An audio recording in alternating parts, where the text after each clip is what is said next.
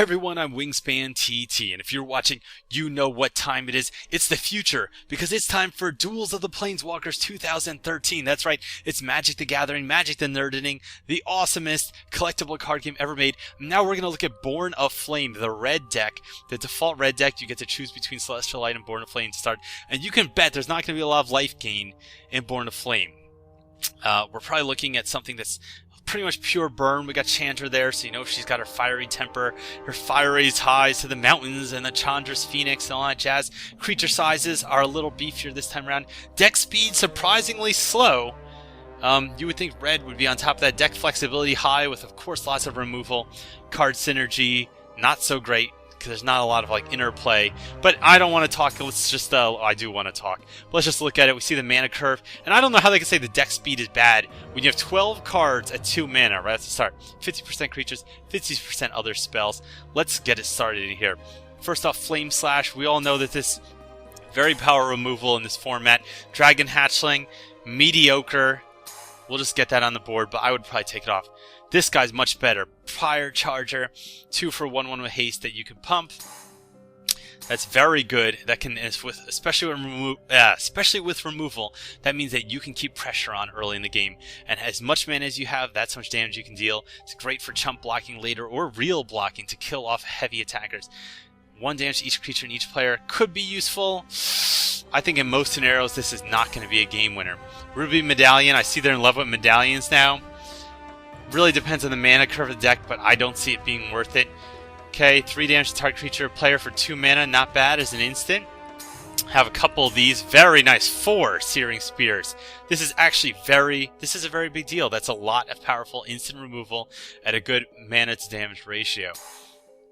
Torch Fiend. This is very cool also. 2 for 2/1 Devil. Ooh, I didn't even know there were devils really in this. Are they New Jersey Devils?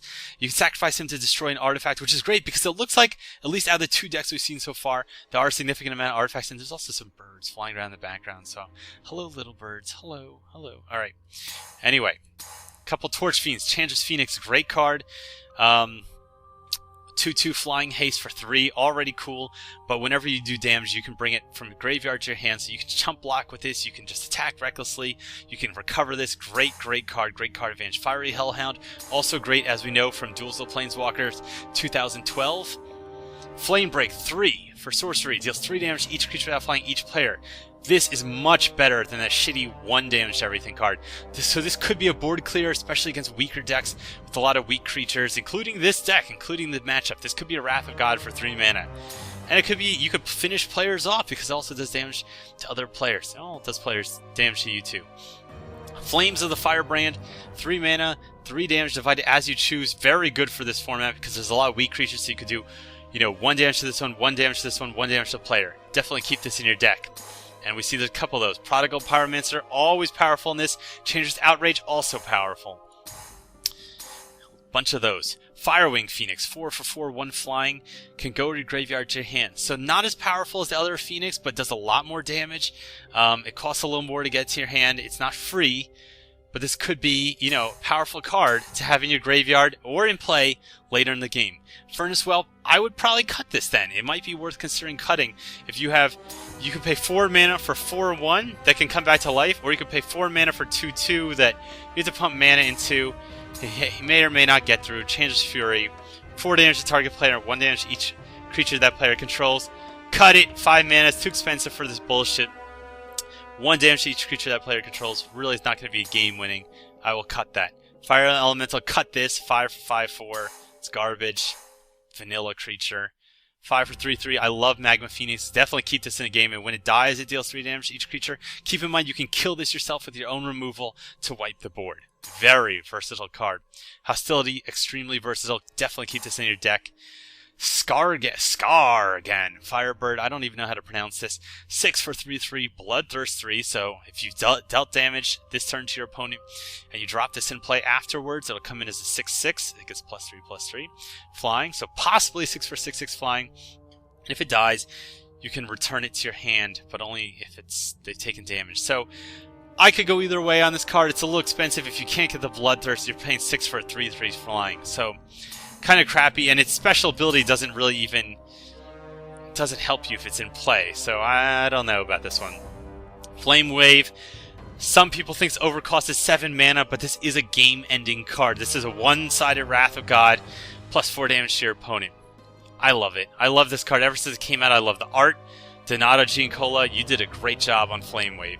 And now let's look at the unlockable cards. We got another Magma Phoenix. We got Inferno Titan, which, as you know, is fucking broken like many of the Titans.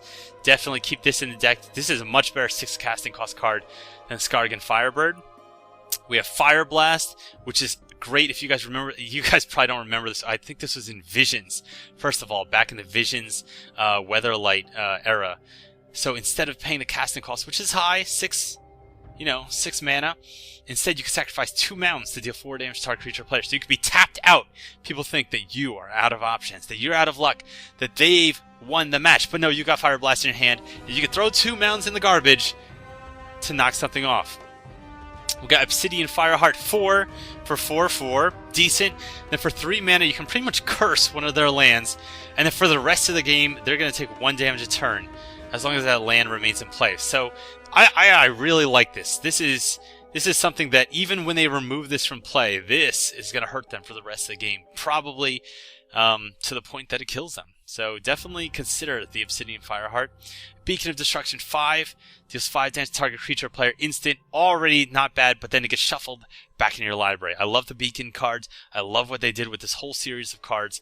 I built a whole deck around, I forgot what it is, Beacon of Eternity, Beacon of the one that gives you an extra turn. I built a whole deck around that. It was great. Anyway, guys, this is Born of Flame, the red deck, the default red deck in Duels of the Planeswalkers 2013. I'm Wingspan TT, and I'll be coming back with another exclusive early look at Duels of the Planeswalkers 2013. What's in this preview? I will play some games, so you can also see other mechanics that have changed. But I wanted to get the decks out there first because this is what people have been asking for. I will get to the rest of the decks soon, so I hope you come back to my channel and come to TopTierTactics.com to see more of what's going on at E3 with this game and with me in general, because I know you all care what's going on in my life. Cheers!